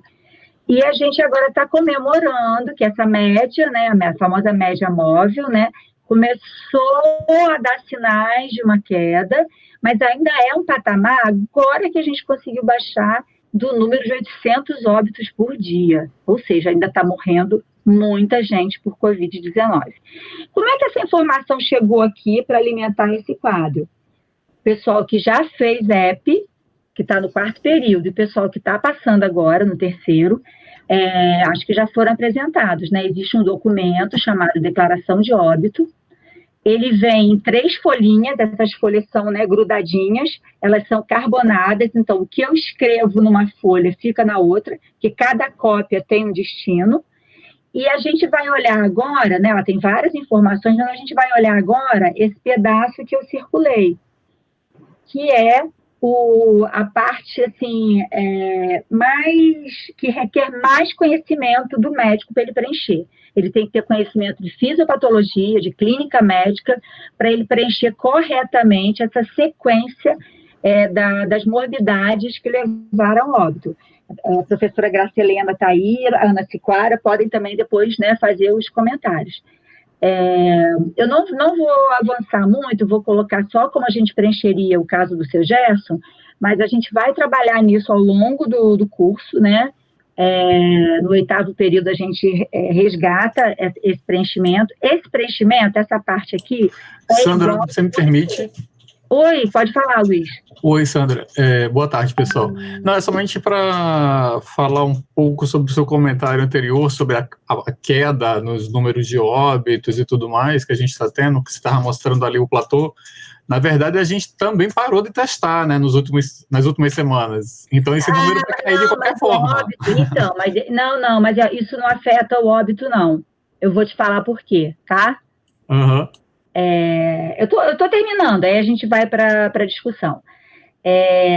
Então, esse pedaço aqui, que eu destaquei daqui, esse pedaço é o que chama atestado de óbito. É onde o médico vai atestar a causa. A ficha inteira chama declaração de óbito. Esse pedaço é igual no mundo inteiro, tá? O restante, alguns países colocam mais informação, outros colocam menos informação, mas isso aqui é igualzinho, tá? Bom, como é que a gente preencheria no caso do seu Jorge?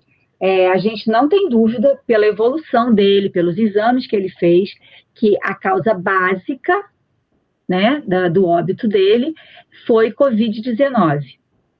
E aqui a gente tem que preencher quanto tempo levou entre o início da doença até ele falecer. Então, eu fiz as contas, ele adoeceu, ele começou a manifestar os sintomas no dia 17 de abril e faleceu no dia 28, 11 dias. Por conta da Covid-19, ele desenvolveu uma síndrome respiratória aguda grave, que foi a causa terminal da morte dele. Então, vocês vão ver aqui que essa linha A é a doença, o estado mórbido, que causou diretamente a morte. Então, no final, né, no todo o processo dele, ele entrou em insuficiência respiratória, com todas as características, né, ventilação mecânica, e nesse sofrimento respiratório, ele levou 3 dias. Ele, né, teve o diagnóstico da síndrome no dia 25 e faleceu no dia 28. A síndrome respiratória poderia ter sido consequente, devido ou consequência. Poderia ser influenza, poderia ser, né, outro vírus, uma bactéria. Nesse caso, eu sei que foi Covid-19.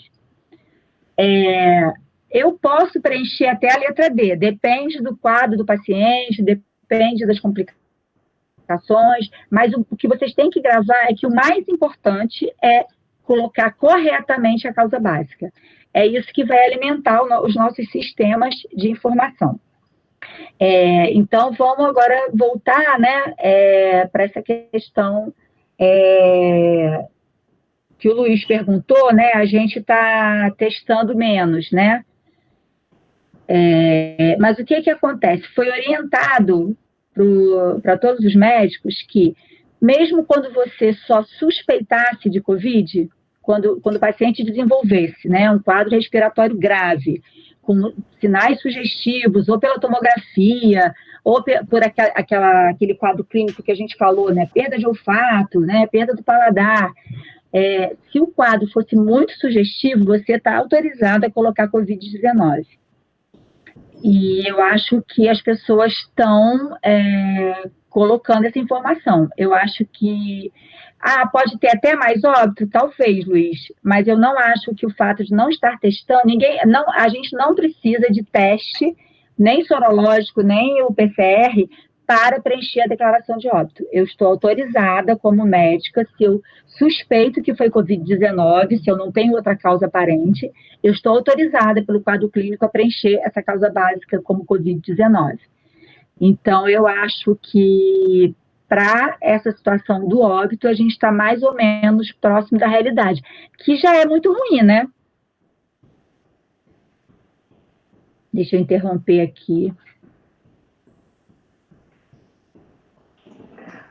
Sandra, eu tenho uma pergunta, na verdade, assim, é uma pergunta meio que eu não sei se existe resposta, mas eu me preocupo um pouco num cenário futuro, né? Uhum. Pensando que agora, né, a gente mais ou menos tem uma ideia de que a gente está no verão, né? As outras viroses respiratórias estão circulando bem menos, como a Rita falou, né?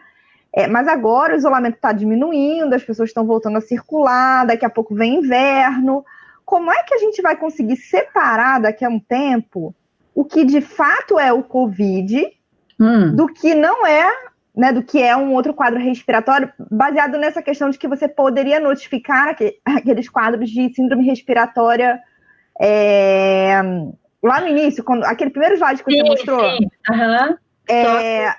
Só com o quadro clínico brando, né? A síndrome gripal, exatamente, faltou essa palavra. daqui a um tempo a gente não vai conseguir mais separar isso. E aí a gente também não está testando. Será que a gente vai conseguir, de fato, ter dados representativos? Então, e me preocupa isso. A maior parte dos pacientes que morre é porque, na maioria dos casos, fez o quadro respiratório grave. Para esses pacientes, você disponibiliza, claro, né? Tem lugares do Brasil que você não vai ter um painel viral para fazer esses testes. Não, mas os casos graves que necessitam de internação, esses eu acho que a gente vai ter um controle razoável. Me preocupa o restante que não interna, que aí a gente vai começar a perder o controle, né? Então, mas você lembra que a gente não precisa mais do laboratório, né? Se o quadro clínico for muito sugestivo, eu posso notificar. Lembra que tem agora o critério só clínico? Então, mas aí o clínico... É por isso que ela está falando, né? Porque depois que o Covid diminuir essa circulação, assim, eu acho que um paciente chegar com uma síndrome respiratória aguda, não necessariamente vai ser Covid, é isso que você quer falar, Adriana? Saindo desse período pandêmico. Saindo desse período, me preocupa assim, o ano que vem, né? Sim. Eu, sinceramente, não tenho certeza se as vacinas chegarão no período que todo mundo também não. Dizendo que chegarão, eu acho que não chegarão. Que não. Então, as vacinas estão mais remotas do que o nosso ensino. Exatamente. Então, me preocupa assim, o ano que vem, pensando nessa questão da notificação, lá no início, naquele paciente que chegou na unidade... tá com uma síndrome gripal leve e não vai evoluir para uma necessidade de internação, muito provavelmente. Esse paciente, teoricamente, ele é notificado hoje, não é? Se ele tiver aqueles outros sinais sugestivos, a anosmia, a geusia, ele vai ser notificado mesmo. Então vai notificar só se tiver... É porque isso daí, lá no seu slide, eu não notei isso. É porque eu não peguei para não ficar muito grande, né? Mas deixa eu mostrar rapidinho. Tá aqui porque aí eu fiquei com essa dúvida. Eu falei, mas aí qualquer síndrome gripal viraria Covid, no fim das contas. Pensando no inverno que vai circular um montão de coisa, né? Vou compartilhar aqui, então. Adriana, quando o vírus se tornar sazonal, só o diagnóstico laboratorial mesmo para diferenciar. Mas, Sandra, eu tinha uma pergunta, uma dúvida minha. No início, quando estava tudo confuso, eles estavam usando muito ATC para dar o diagnóstico por causa daquele aspecto de vidro fosco que aparece. Sim. Esse aspecto, ele só aparece no SARS-CoV-2 ou não? Influenza não, ele aparece em influenza. Podem dar, não pode? Sim, ele aparece em influenza também. Tá. Meu pai, por exemplo, fez isso, viu, Rita? Vidro fosco não era Covid. Sim, então. Mas para um paciente fazer o vidro fosco numa extensão grande, ele vai estar internado, e aí ele vai entrar na investigação de síndrome respiratória aguda grave. Entende? Então, assim, isso não está acontecendo, essas dúvidas que vocês estão colocando, elas não são exclusivas para COVID. É o que já acontecia aqui, só para te relembrar, Adriana. Então, assim, tem 3 critérios. Além de você ter o laboratório, né, o PCR, o teste sorológico, você pode ter um critério exclusivamente clínico, desde que o paciente, né, tenha aqueles sinais característicos no meio da pandemia, ou você pode ter o critério clínico apoiado por imagens, por alterações sugestivas na tomografia. Então, isso continua valendo, tá? Entendi, tá. Isso continua valendo. Tudo que eu falei da investigação, me enrolei aqui, cadê? A investigação da síndrome gripal, a leve, ela também é rotina no Brasil, só que você não faz de todo mundo. Então, assim, é uma vigilância sentinela. Algumas unidades de saúde espalhadas pelo Brasil todo, o paciente chega lá, mesmo com uma síndrome gripal bobinha, uma amostra vai colher a secreção, vai fazer o SWAB e vai fazer o painel viral.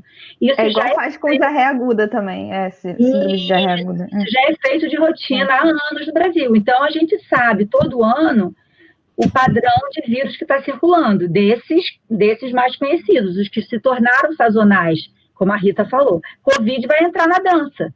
Então, agora a gente vai sempre testar Covid, mesmo para esse... Só que você não vai testar de todo mundo, porque são milhões de casos de síndrome gripal. Nenhum sistema de saúde vai dar conta disso. Então, você vai continuar fazendo a vigilância sentinela, e para o paciente que ficar grave, que internar, aí todos eles vão fazer. Quando eu falo todos eles, é imaginando locais, hospitais que tem essa estrutura. Vai ter também, né, lugar aí, né, pelo Brasil adentro, que você não vai conseguir fazer. Mas isso já é a nossa limitação para os outros vírus. Não vai ser exclusivo de Covid. Mas eu não sei se vocês viram que lá fora, só vou comentar isso, Renata, lá fora, eu estava vendo essa semana, né, a segunda onda está tendo muito caso, mas parece que está tendo menos morte. Eu vi também. Mas não é porque está pegando mais jovem? Porque está pegando mais jovem. Já se sabe mesmo. Porque já matou os idosos todos, né, Rita? Infelizmente. Eu sei, na verdade... O manejo, né? Hoje já se maneja melhor também. Pois é, se maneja melhor. Né? Os hospitais, vários hospitais se reestruturaram e estão mantendo, né, essa nova organização para o atendimento. Então, a gente está tendo mais mortes. Mas, ainda assim, é um número muito elevado, que vai fazer você fechar tudo de novo, fechar a escola, fechar... eu acho que a gente, assim, tem que repensar muito, no nosso caso, o ensino, nesse outro semestre remoto. Eu acho que é motivo de ficar angustiado mesmo. Sandra, a gente vai abrir e fechar enquanto não tiver uma vacina. Vai ter momentos melhores e momentos piores. Sandra, eu semana passada eu tive uma reunião de grupo de pesquisa com uma pesquisadora aqui da Universidade de Londres, né? E aí ela estava comentando que lá, eles semana passada iam começar de novo a Andréia estava na reunião também, que eles iam começar a fechar de novo algumas coisas, e iam entrar em várias restrições novamente, porque o número de casos estava aumentando muito, mas uma coisa que ela comentou que eu achei bem interessante, que lá em Londres o número de casos não aumentou significativamente quando eles reabriram as escolas, mas aumentou absurdamente quando eles reabriram as universidades. Foi isso mesmo. Que ela falou que foi assustador. Assim, tanto que os filhos dela vão continuar na escola porque são pequenos, mas as universidades não. As universidades iam parar, ela falou, né? Porque na primeira onda eles viram que quando reabriram as universidades foi assim uma coisa absurda o número de casos, até porque lá também eu acho que como tem muita questão do transporte público, né, que usa muito, e a questão lá você tem muito dormitórios, né, as universidades têm um outro sistema também, né? Então, tem muito mais aglomeração. Os alunos moram, né, na universidade. Então, ela falou que isso deu um impacto muito grande no número de casos. Foi assim, talvez na escola também as medidas sejam mais... As crianças vão seguindo, as professoras ficam atrás. Porque a gente vê muita gente jovem que não está nem aí para máscara, não está... Né? Nossa, gente, é assustador, né? Demais, eu também estou notando isso.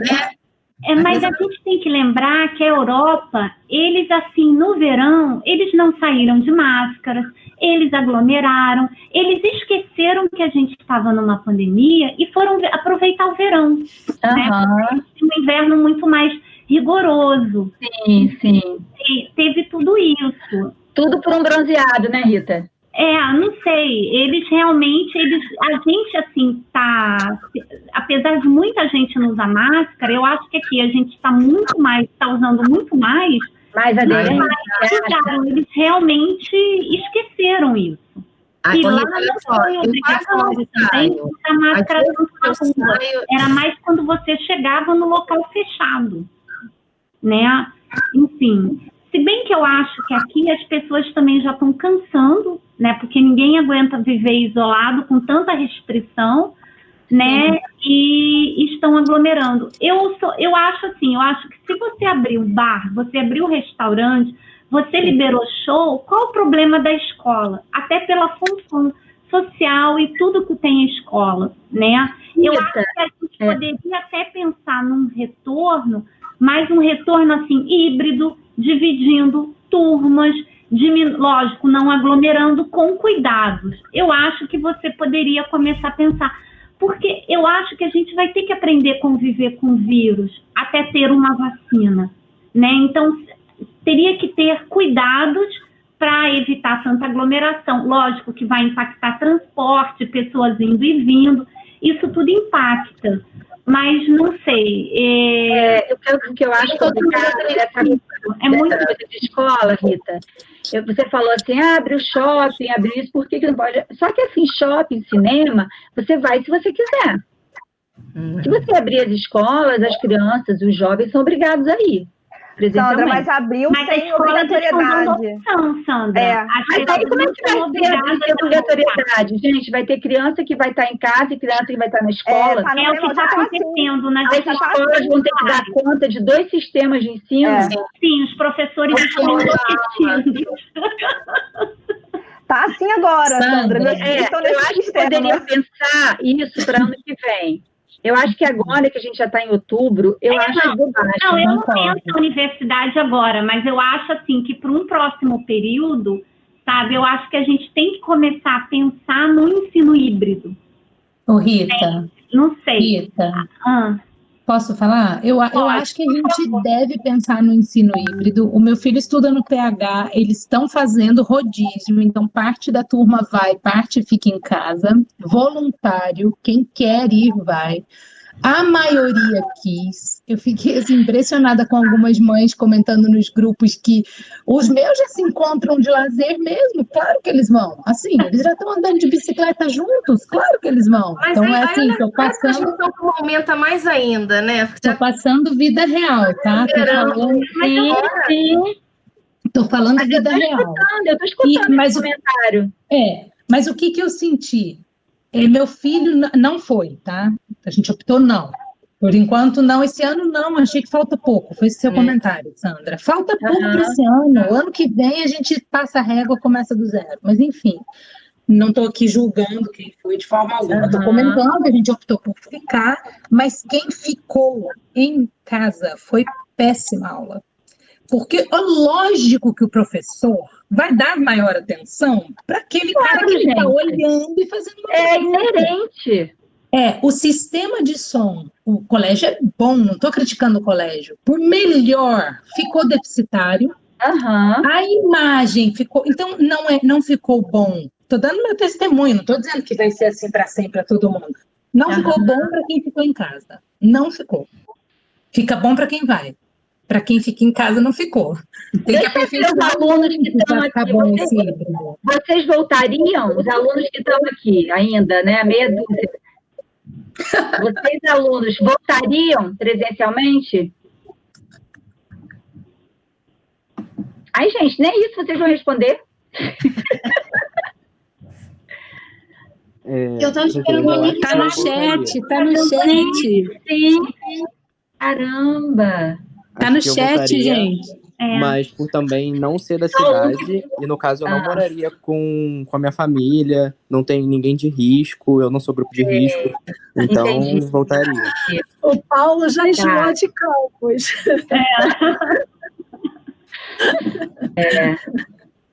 E assim, Adriana, eu sei que você tem filhos pequenos, né? Eu já estou um pouco distante dessa realidade, mas eu estou vendo muita gente reclamar. Eu acho que alguns pais estão com dificuldade de ficar com os filhos em casa. Não é dificuldade de não ter com quem deixar, não, de não saber lidar o dia inteiro com os filhos. Eu apoio totalmente, que eu também não saberia lidar, não. Não tenho filhos e admiro. Porque, não, eu acho que a gente precisa falar disso com muita franqueza. Sandra, eu acho que não é nem saber lidar. É assim, a gente tem... Vou dar o meu depoimento, né? Eu tenho duas crianças, uma de 1 e uma de 3. Como eu trabalho com uma criança de 1 e uma de 3, cumprindo tudo que eu tenho que cumprir, gravando aula, dando aula no horário que as crianças estão Adriana, você não existe. Agora, para eu estar aqui, meu marido está dando volta com as crianças no quarteirão.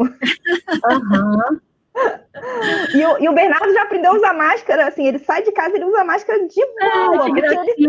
Ele tem que, sabe, assim, para eu conseguir dar aula, meu marido fica dando volta com ele, vai sair de carro, vai dar volta, porque a gente não leva para pracinha, realmente não estou levando. E assim, a Andréia sabe, de vez em quando eu tô dando aula, entra aí a criança chora. Gente, mas, Adriana, eu duvido que você, quando tá com eles, que você realmente não fique com eles, olhando no olho, brincando. Porque eu tô cansada de ver na rua as mães buscando as crianças na escola. Eu fico falando, mãe, sabia que hoje meu amiguinho? E a mãe no celular. E a criança falando pro vento, e a mãe não tá nem ouvindo o que a criança tá falando. Isso aí, Sandra. Não é, André? Eu tenho sobrinhas, né, assim, que já têm filhos. Gente, é uma dificuldade, as pessoas não...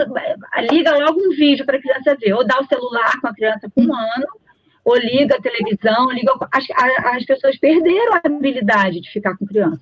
Eu só fui para a escola quando eu tinha 6 anos.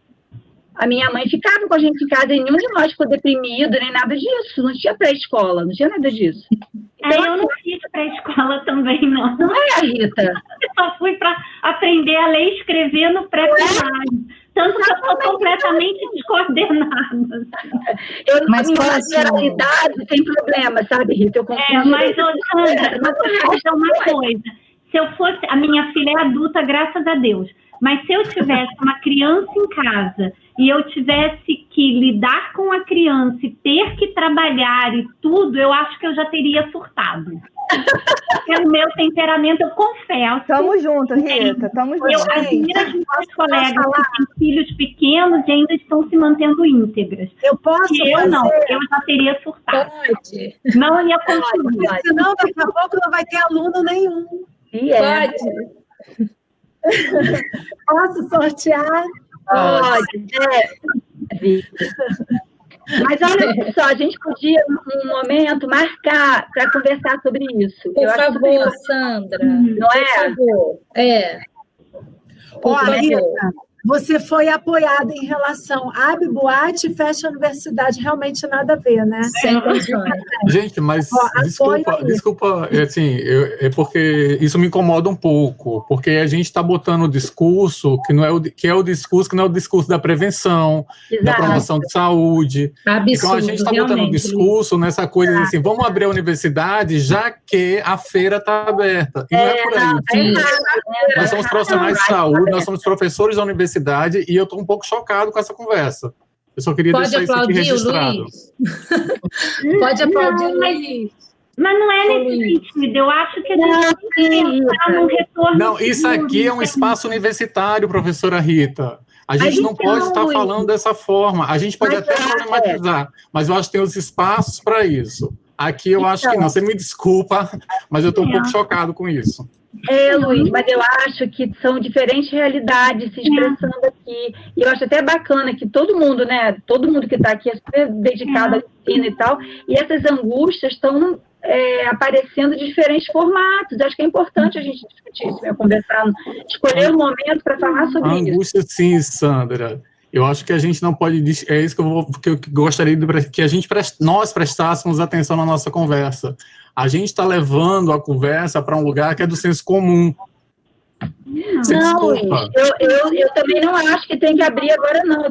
Eu também não acho que esse argumento, abriu o bar, por que não abre o cinema? Eu discordo desse discurso. E também não foi isso que a Rita falou, né? Não, mas eu entendo. Não, mas em momento nenhum eu falei que a Rita disse isso. Eu estou dizendo que a gente está se comportando. Eu me coloquei nesse lugar. Eu não acusei em momento nenhum a professora Rita.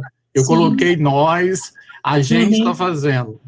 Mas eu acho que nós estamos querendo conversar sobre isso. A gente está percebendo que daqui a pouco a gente vai estar repetindo uma frase dessas, né? Então, eu acho que é importante a gente trazer isso. Muito bom o alerta do Luiz, né? Legal. Certíssimo. Vamos à camiseta. Pois é. Vamos cuidar da saúde. E vamos... Sorteio. O meu Jefferson, ele vai fazer um sorteio para você. Projeta a sua tela, Jefferson. Tudo bem? Vou projetar aqui. Jefferson, você está em que período? Eu sou da Odonto, estou no 3º período. Você é da Odonto? Que legal! Ele é nosso monitor. Show! Muito bom. Muito bem. Então, a gente vai fazer um sorteio. Deixa eu botar a lista aqui. À medida que ele for sorteando, eu falo para vocês o nome do ganhador. Bom, tá todo mundo preparado? Sim. Dedos cruzados. Começando pelo 10. Número 10. Ih, olha, ele vai ficar feliz, hein? O representante, Abreu, Pedro Henrique Abreu. Cadê ele? Eu só vou fazer o seguinte, eu vou dar para quem estiver aqui presente, tá? Oi, pessoal, tô aqui. Oi, Pedro! Legal, Pedro! Muito legal, muito legal. Muito bom! Mais outra. Outro nome. Deixa eu só marcar aqui, que eu vou marcar os que estão... 31. 31. Ih, ela vai gostar, deixa eu ver aqui. Não, pera. Ih, Ana Carolina, professora Ana Carolina Siquara, tá aí? Que legal! Ontem não saiu nenhum professor, né? E ela não tá aí. Ela não tá aí? Não. Mas eu estou, Gracielena. Se chama Ana Siquara. Não, tem que estar presente, gente. Vamos prestigiar quem está aqui presente. Sorteia outro. Tá, vou sortear aqui. Ela vai ficar muito triste, porque ela saiu tem pouco tempo. 17. Rafael Viana Curvelo. Rafael não está aí. Não está? Não está aí, não. Então vai outro. Mais um número, hein? 21. 21. Joberte. Da 119, tá aí? Não. Tô olhando aqui, não tem Joberte aqui, não. Não. Pela lista não tem. Perdeu. Vai outro. Se sair mais um número, não tiver, vai pro monitor a camisa.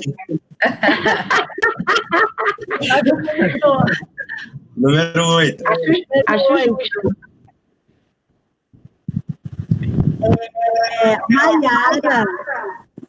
Maiara Lopes. Acho que ela tá aí. Maiara Lopes aqui, pelo menos. Oi, professora, eu tô aqui. Oi, Maiara. Muito bem. Vamos lá, vamos pra camiseta. Mais um. 40. 40.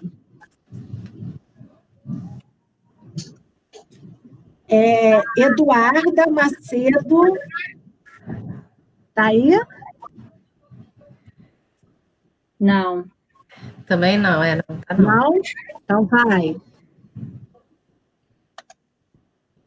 25. 25. Amanda Amorim.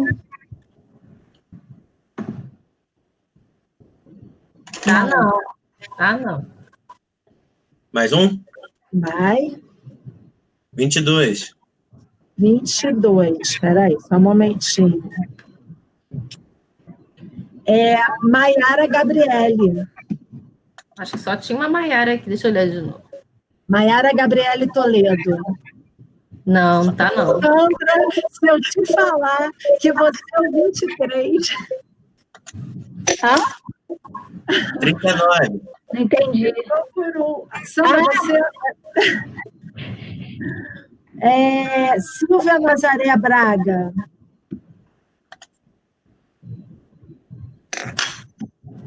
Também não. Por que você não faz assim, sorteia um número? Se não tiver, vai subindo, senão a gente vai ter tempão. Entendi.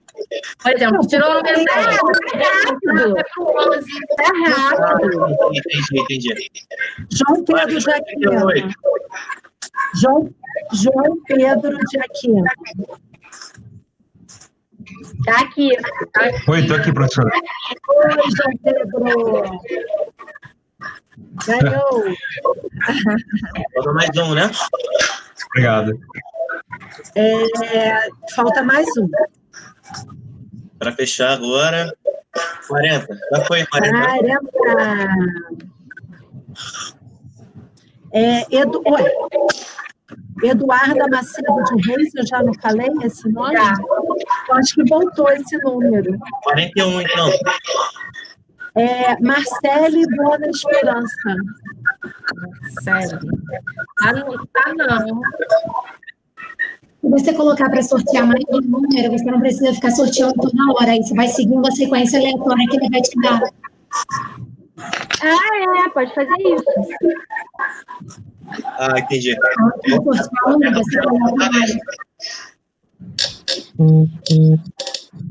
Vai, vou tentar mais uma vez. 3. Peraí. Gabriela Novo. Estou aqui, professora. Gabriela. Que bom. Feliz de saber. Beleza, gente. Eu tenho aqui o e-mail de vocês e vou entrar em contato para a gente combinar essa entrega. Tá ok? Gente, super obrigada. Beijo. Terminamos, eu acho. Vamos ver você. Deixar o seu Gerson descansar, né? Deixar o seu Gerson descansar.